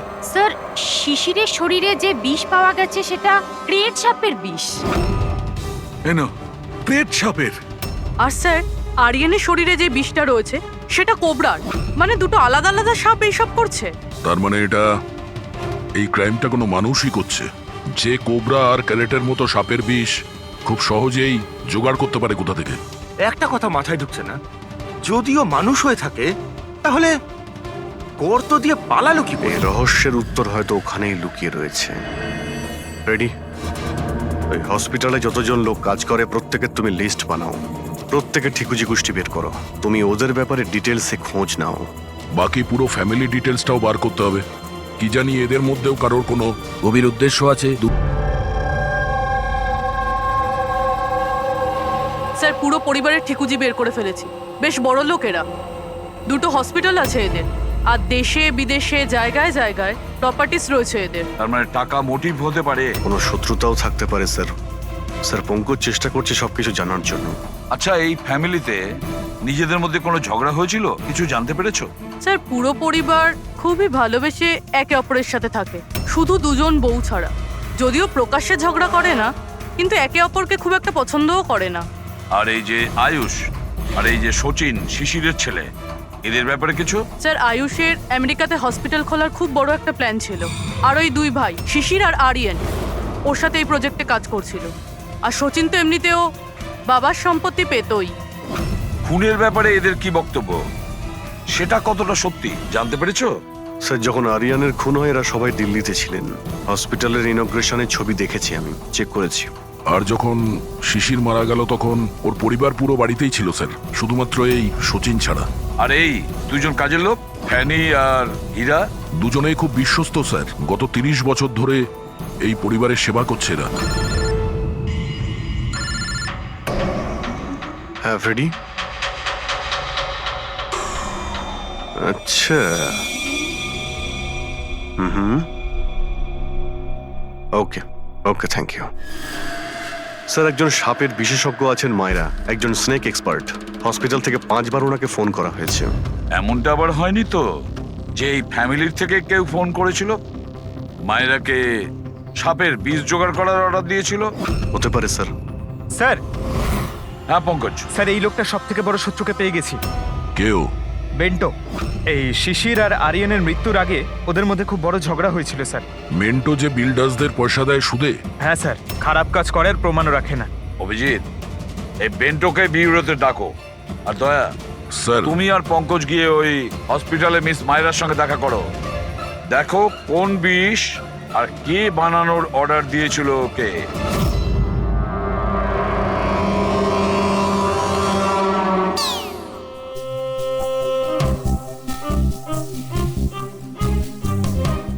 স্যার স্যার আমি একটু যাচ্ছি। হ্যাঁ, আপনি একটু সামলে নেবেন। আমি যাচ্ছি স্যার। এক মিনিট বসো। একটা কথা বলো, তুমি এই সাপে এত ভয় পাও কেন? ভয় পাই না স্যার, এই দেখুন না, আমার পাশেই তো বসে রয়েছে, দেখুন। আমি ভয় পাই না, ওই একটু আর কি শরীরটা কেমন করে ওঠে, দম বন্ধ হয়ে যায়। হ্যাঁ বলুন। হ্যাঁ, আমি আপনাদের কিভাবে হেল্প করতে পারি? মায়রা দেবী, ইয়েস। আমরা সিআইডি থেকে আসছি। Have a seat. মায়রা দেবী, একটা কেসের ব্যাপারে কিছু জিজ্ঞাসাবাদ করতে এসছি আপনাকে। দুটো খুন হয়ে গেছে। ও মাই গড, কিন্তু আমি কিভাবে হেল্প করতে পারি? 2 সপ্তাহ আগে RM হসপিটাল থেকে 5 বার ফোন এসেছিল আপনার কাছে। হ্যাঁ এসেছিল, কিন্তু তার সাথে এই কেসের কি সম্পর্ক? এই 2 লোক যে খুন হয়েছে তাদের ওই RM হসপিটালের সঙ্গে সম্পর্ক আছে। ও, এই দুজনের খুন সাপের বিষে হয়েছে। আর ওই খুনটা সাপে কামড়ানোর জন্য হয়নি। কোনো মানুষ ওই বিষ খুনিকে দিয়েছে, ওই মার্ডার করে। আপনারা আমাকে সন্দেহ করছেন? আপনাদের মনে হচ্ছে খুনিকে সাহায্য আমি করেছি বিষ সাপ্লাই করে? হ্যাঁ, এরকমই কিছু। এটা বলুন যে হসপিটাল থেকে ওই ফোন কলটা আপনাকে কে করেছিল? শিশির আর আরিয়ান। শিশির আর আরিয়ান? এদের দুজনেরই তো খুন হয়েছে। কেন ফোন কেন করেছিল এরা? ওনারা শুধু আমাকে কলই করেননি, আমার সাথে দেখা করতেও এসেছিলেন। আর বিষ কেনার জন্য নয়, বরং বিষের ওষুধ অ্যান্টিডোট নেওয়ার জন্য। অ্যান্টিডোট? খুব অদ্ভুত কাহিনী শুনিয়েছিল। বলছিল যে কোনো সাপের আত্মা ওনাদের উপরে প্রতিশোধ নিতে চায় অ্যান্ড ওনাদের এই বিষের ওষুধ চাই। তারপরে কি? ওনাদেরকে বললাম যে আমি এসব গল্পে বিশ্বাস করি না। আপনি ওদেরকে ওই অ্যান্টিডোট দিয়েছিলেন কি না? অ্যান্টিডোট কোথা থেকে দিতাম? ওনারা কিছু এমন অ্যান্টিডোট চাইছিলেন যেটা প্রত্যেকটা সাপের বিষের বিরুদ্ধে কাজ করতে পারে। এরকম কোনো অ্যান্টিডোট হয়ই না। আলাদা আলাদা বিষের জন্য আলাদা আলাদা অ্যান্টিডোট। ওরা দুজনে এখান থেকে খালি হাতে গেছে? হ্যাঁ, অ্যান্ড আই এম সরি, আপনাদেরকেও খালি হাতে যেতে হবে, বিকজ আমার এই কেসের সাথে কোনো সম্পর্ক নেই। Mayra madam, just for my general knowledge, যদি কাউকে সাপে কামড়ায় তাহলে তার কি করা উচিত? যদি কাউকে সাপে কামড়ায় তাহলে সবার আগে প্যানিক একদমই করা চলবে না। ডক্টরকে ডাকুন, কিন্তু ডক্টরের আসা অবধি যে পার্টে সাপে কামড়েছে সেটাকে কম্প্রেস করুন। কোনো কাপড় দিয়ে বেঁধে নিন যাতে সেই বিষাক্ত বিষ আপনার পুরো হাতে ছড়িয়ে না পড়ে। ওকে, থ্যাংক ইউ ভেরি মাচ। যাওয়া যাক স্যার। চলো, তারপর দেখি এসিপি স্যার মেন্টর থেকে কি জানতে পারলেন। হ্যাঁ, এই কথাটা সত্যি যে আমার ওই দুজনের সাথেই ঝগড়া হয়েছিল, কিন্তু এই অপবাদটা আপনারা ভুল দিচ্ছেন যে আমি ওদেরকে খুন করেছি। তাহলে খুনটা কে করেছে? আমি কি করে জানবো স্যার? আর রইল ওদের খুন, যদি ওদেরকে আমার মারতেই হতো তাহলে এই সাপ বিছের খেলা খেলতাম না। আমি সোজা নিজের বন্দুকটা নিতাম। আর দেখুন স্যার, আপনি জানেন যে আমি আইনকে কতটা সম্মান দিই। হ্যাঁ, আমরা জানি যে তুমি আইনকে কতটা সম্মান করো। এটা বলো, আরিয়ানা শিশিরের সঙ্গে তোমার কি নিয়ে ঝামেলা হয়েছিল? স্যার, আমি ওদের গোয়ার জমিটা কিনেছিলাম, আর ওই প্রপার্টির পেপারের উপরে ওরা সাইনও করেছিল। তো স্যার, হঠাৎ ওরা ঘুরে যায় আর আমাকে ফ্রড বলতে শুরু করে, আর বলে যে ওরা নাকি কোনো পেপারের উপরে সাইনই করেনি। আপনাদেরকে প্রমাণ দেওয়ার জন্য আমি সেই প্রপার্টির পেপারগুলো নিয়ে এসেছি। এই নিন, ইচ্ছে হলে চেক করে দেখতে পারেন। দেখুন এসিপি স্যার, আমিও কিন্তু 2 নম্বরই কাজ করি, কিন্তু ততটাই যতটা বাকিরা করে। কিন্তু আপনি আমার কথা বিশ্বাস করুন, আমি এই ডিলটা পুরো সততার সাথে করেছি। চাইলে ওদের অ্যাকাউন্ট ডিটেলসটাও চেক করতে পারেন। আমি ওদের 15 কোটি টাকা হোয়াইট মানি আর 35 কোটি টাকা ক্যাশে দিয়েছিলাম। কার অ্যাকাউন্টে? মীনাক্ষী দেবীর অ্যাকাউন্টে। মীনাক্ষী দেবী, বেন্টো তো সত্যি কথাই বলছে। ও আপনার অ্যাকাউন্টে টাকা পাঠিয়েছিল। অনেক জায়গায় পয়সা খাটিয়েছি, এতগুলো শেয়ার্স আছে, সবকিছু আমার মনে থাকার কথা নয়। আপনি মনে না রাখতে পারেন, কিন্তু কেউ তো নিশ্চয়ই আছে যে ওগুলোর খেয়াল রাখে। সমস্ত অ্যাকাউন্ট, সমস্ত কিছু দেখাশোনা করার জন্য এজেন্ট হায়ার করতে হয় আমাদের। আচ্ছা, তো এই ডিডের এজেন্ট কে ছিল? এই প্রপার্টির ডিডে আপনার ছেলে যুক্ত ছিল। আমি এটা বুঝতে পারছি না যে এই সব কিছুর সঙ্গে আমার ছেলেদের খুনের কি সম্পর্ক। মীনাক্ষী দেবী, আপনার দুটো ছেলে সাপের কামড়ে তারা মারা যায়নি, কোনো লোক ওদেরকে মেরেছে। কোনো এমন লোক যার কাছে গভীর উদ্দেশ্য ছিল আপনার দুই ছেলেকে মারার জন্য। এরকমটা কি করতে পারে? যার সঙ্গে ডিডের কোনো সম্পর্ক ছিল।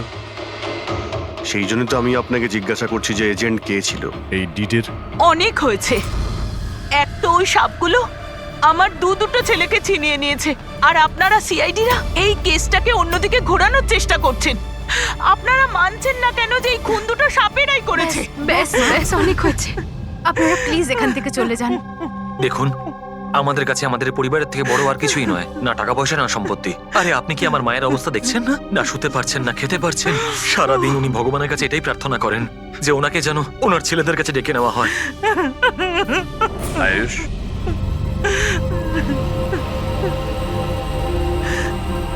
আয়ুষ, তোমার দুই ভাইয়ের মৃত্যু অর্থ সম্পত্তির কারণে হয়নি, কিন্তু যে এগুলো করেছে না, সে তোমাদের পরিবারকে ধ্বংস করতে চায়, আর ওর পরের শিকার হয়তো তুমি। স্যার, সত্যি কি আমার জীবন বিপদের মধ্যে রয়েছে? হ্যাঁ, কিন্তু ভয় পাবে না। এবার আমরা তোমার সঙ্গে রয়েছি ওই সাপের সাথে মোকাবিলা করার জন্য। তোমার দুই দাদার উপরে আক্রমণ রাতে হয়েছিল, তাহলে হয়তো তোমার উপরে আক্রমণ রাতেই হবে।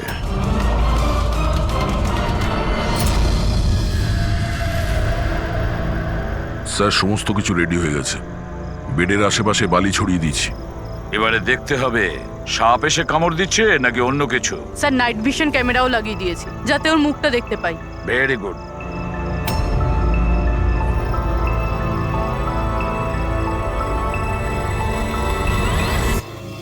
স্যার, স্যার এই দেখুন, কিছু যেন নড়াচড়া করছে। হ্যাঁ, মাই গড, অ্যাটাক হচ্ছে। লেটস গো।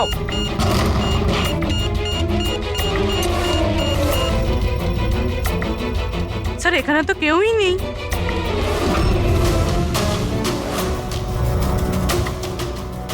শুধুমাত্র এটা ছাড়া সাপে কামড়ানোর দাগ।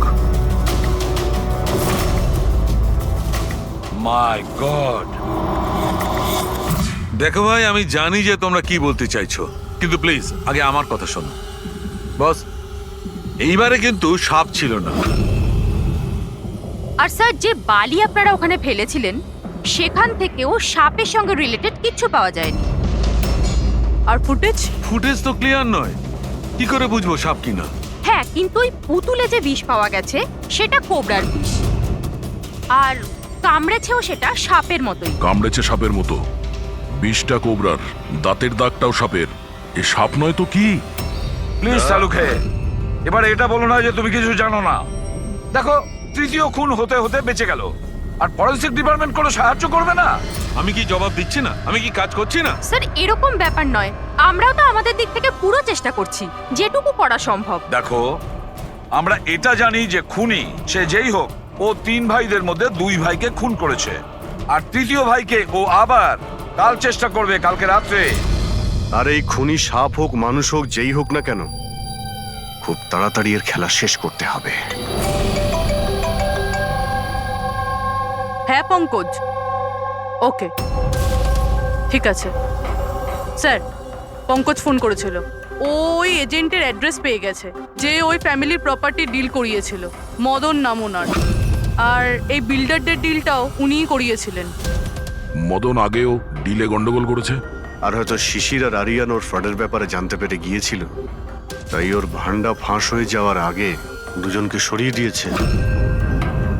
মদন, দয়া, স্যার, এই মদনের বাড়িতে যাও, ঘুম থেকে তোলো ওকে, ঘুম ছুটিয়ে দাও ওর জীবন থেকে। আরে কে রে? আরে মাথাটা ঠিক আছে, এতবার বেল বাজাচ্ছ? হ্যাঁ, অদ্ভুত তো, এতবার বেল বাজাচ্ছ কেন? তোমার গ্রেফতারের সময় হয়ে গেছে। সিআইডি 420 করার ফল জেলে গিয়ে ভুগিস। মেন্টো সবকিছু বলে দিয়েছে আমাদের। কি বললেন? এই এই এই দাঁড়া বলছি। মদন, দরজা খোলো। এখানে লুকিয়ে থেকে কোনো লাভ নেই। আরে চলে যান এখান থেকে, আমি কিচ্ছু করিনি। শিশির আর আরিয়ানের খুন করেছো তুমি। দরজা খোল। আমি কাউকে খুন করিনি। লাইট সব কেন? ও চেঁচাচ্ছে কেন? আবার আত্মহত্যা করছে না তো? সরে যাও। মদন, কি হলো? Oh no. সাপ আছে এই ঘরেই।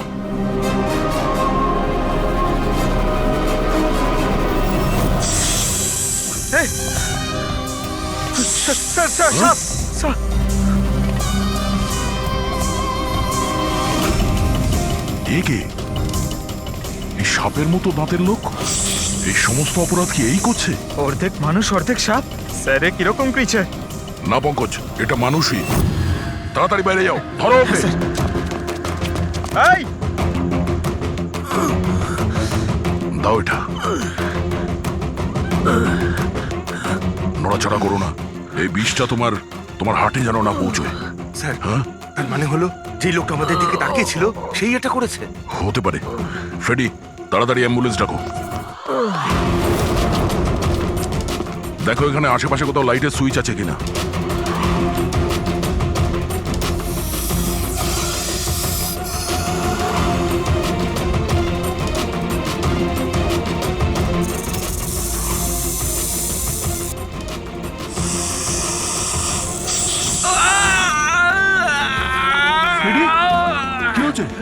স্যার, আমাকে সাপে কামড়ে দিয়েছে। এক মিনিট নড়ো না। লম্বা লম্বা শ্বাস নাও। অ্যাম্বুলেন্সকে ফোন করেছো না? এই পালা। এ কি?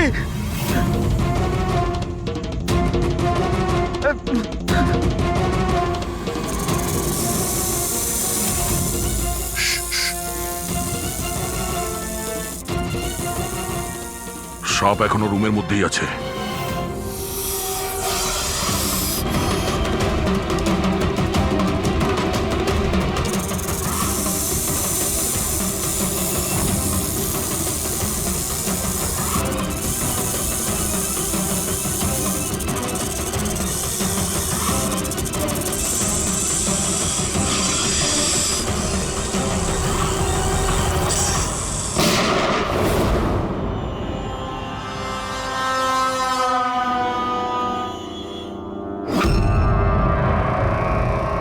মেটালের টুকরো?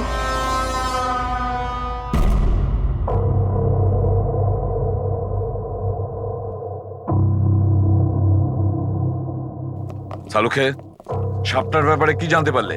বস, একটুখানি টেস্ট করা বাকি আছে, একটু বাদেই জানা যাবে। ফ্রেডি স্যার এখন কেমন আছেন? ঠিক আছে, ও বিষ বেরিয়ে গেছে। আর এই মদন? ও স্টেবল আছে, একটু শকে আছে, কিছুটা সময় লাগবে ওর নর্মাল হতে।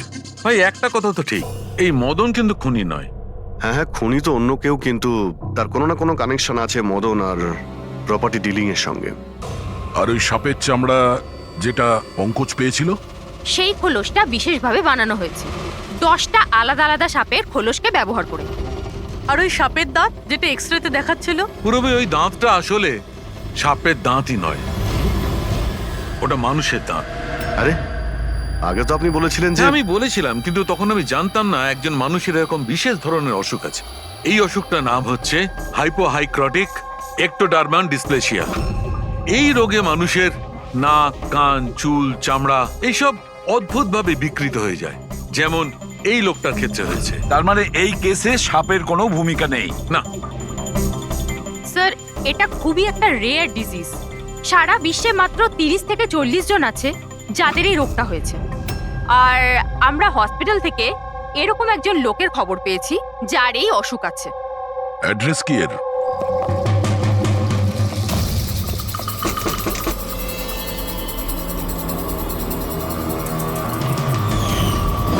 এই স্যার, কাল রাত্রে মদনের ঘরের বাইরে কি করছিলি? কাল রাতে তো আমি এখানেই ছিলাম।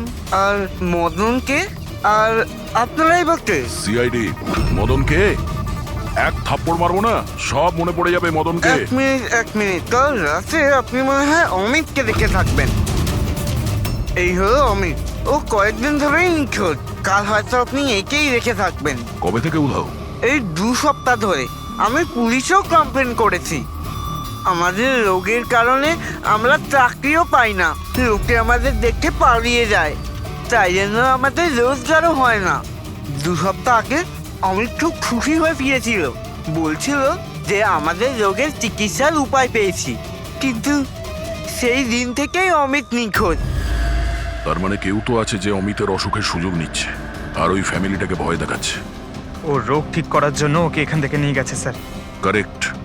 আর যেই ওর সঙ্গে এই ব্যাপারে চুক্তি করেছে ও নিশ্চয়ই কোনো ডাক্তার হবে। হ্যাঁ স্যার, ওদের পুরো বংশই তো ডাক্তার। ওদের নিজেদের হসপিটালও আছে, যে কেউ করতে পারে এটা।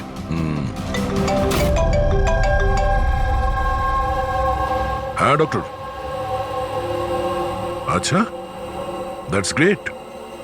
ঠিক আছে, আমরা পৌঁছচ্ছি। কি হয়েছে স্যার? ডক্টর সালুকের ফোন ছিল, অবশেষে ওই বিষধর সাপটা পাওয়া গেছে। আরে ডক্টর সালুকে, কোথায় ওই সাপটা বলুন না? পঙ্কজ তো সাপের ভয় ভেতরেই আসছে না। সারিকা, সাপ কোথায়? সাপ এখানে আছে।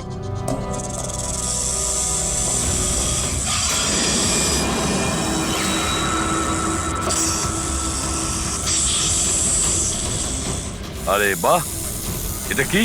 বস, এটা রোবোটিক স্নেক। ওই যে মেটালের টুকরোটা পাওয়া গেছিল, আমি তখনই বুঝতে পেরেছিলাম যে খুনি এই ধরনের কিছু জিনিসের ব্যবহার করছে। এই রকমই সাপ বানিয়েছে রোবোটিক স্নেক। আর এই রোবোটিক স্নেকে ক্যামেরা লাগানো আছে আর একটা ডিভাইস লাগানো আছে যেটা যে কাউকে বিষ ইনজেক্ট করতে পারে। আর এর জন্য কোনো ছোট গর্ত দিয়ে যাওয়া কোনো বড় ব্যাপার নয়। তবে এরকম রোবোটিক জিনিস তো ওই ডাক্তাররাও ব্যবহার করেন অপারেশনের জন্য। আর এগুলো হসপিটালে খুব সহজেই পাওয়া যায়। আচ্ছা, খুনি কি এইসবে ব্যবহার করেছে এই সাপ বানানোর জন্য? হ্যাঁ দা, কিন্তু রোবোটিক যন্ত্রের রিমোটের রেঞ্জটা খুবই কম হয়, কিন্তু টেকনিকটা এটাই ব্যবহার করেছে। এটার তো একটাই মানে দাঁড়ায় অভিজিৎ, যেই মেটালের সাপটা অপারেট করেছে সে নিশ্চয়ই অফিস কিংবা সুইমিং পুলের আশেপাশে ছিল। স্যার, আমার তো মনে হচ্ছে যে এটা কোনো চেনা লোকেরই কাজ হবে, হয়তো পরিবার।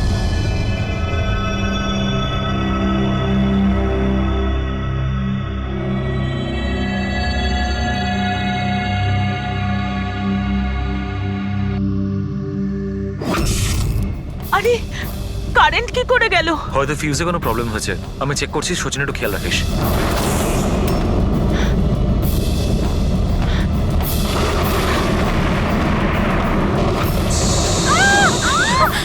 কি হচ্ছে? ওই ওদিকে, ওই দেখো। হে ভগবান, আমার আয়ুষকে রক্ষা করো সাপের আত্মার থেকে।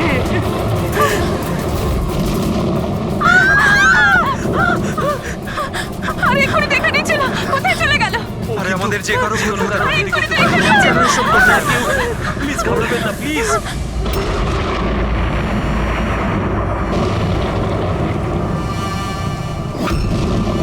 তুমি এখানে কি করছো?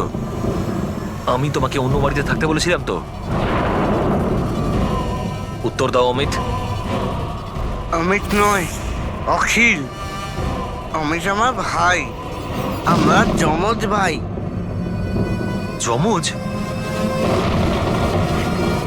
আচ্ছা দেখো, আমরা এই যা কিছু করছি তাতে তোমার পরিবার উপকৃত হবে। কিসের উপকার? যা নিরীহ মানুষের রক্তে রাঙানো। কে? তাই তো আয়ুষ? আপনারা? এটা আমাদের প্ল্যান ছিল, আসল সাপকে গর্ত থেকে বের করে আনার জন্য। হয়তো তুমি ভুলে গেছো আয়ুষ, অমিতের কোনো যমজ ভাই আছে। আর অবশেষে তুমি আমাদের জালে ধরা পড়লে। আমাদেরকে ধরা অতটা সহজ নয় এসিপি।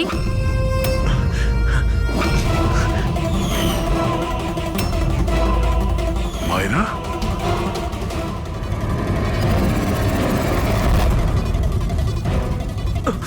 মীনাক্ষী দেবীকে তো আমরা বাঁচিয়ে নেব, কিন্তু তোমাদের দুজনকে সিআইডির হাত থেকে কে বাঁচাবে? হ্যাঁ, জুয়ার অভ্যাস হয়েছিল আমার, কোটি কোটি টাকার দেনা হয়ে গেছিল। সেই জন্য আজ থেকে 2 বছর আগে আমি প্রপার্টির কাগজের ওপর আরিয়ান এবং সুশীল দাদার সিগনেচার নিয়ে নিয়েছিলাম। কারণ যখন প্রপার্টির দাম বেড়ে গেল আর দাদা আমাকে বললেন যে উনি এই প্রপার্টিটা বিক্রি করতে চান, আমি ওই মুহূর্তে একটা অজুহাত দিয়েছিলাম। কিন্তু তারপর দাদা এটা জানতে পেরেই গেল যে প্রপার্টির কাগজে ওনার নামই নেই। আর যাতে ওরা না জানতে পারে সেজন্য তুমি তোমার 2 ভাইকে শেষ করে দিয়েছো। লজ্জা হচ্ছে আমার নিজের উপর, তোকে আমার ছেলে বলতে। মা, আমি কি করতাম? যদি দাদা একবার জানতে পারতো আমাকে বাড়ি থেকে বের করে দিত, সম্পত্তির কিচ্ছু পেতাম না আমি। সেই জন্য আমি আমার গার্লফ্রেন্ড ওর সাহায্য নিয়েছিলাম। অমিতের অসুস্থতার ব্যাপারে আমি নিউজ পেপারে পড়েছিলাম, ভাবলাম ওদেরই সাহায্য নেওয়া যাক নিজেদের অপরাধ লুকাতে। আয়ুষ আমাকে মীনাক্ষী দেবীর ব্যাপারে বলেছিল যে উনি খুব অন্ধবিশ্বাসী, তাই সাপের ব্যাপারে চোখ বন্ধ করে বিশ্বাস করে নেবে। আমার দেওয়া বিষেই আরিয়ানের মৃত্যু হয়েছে।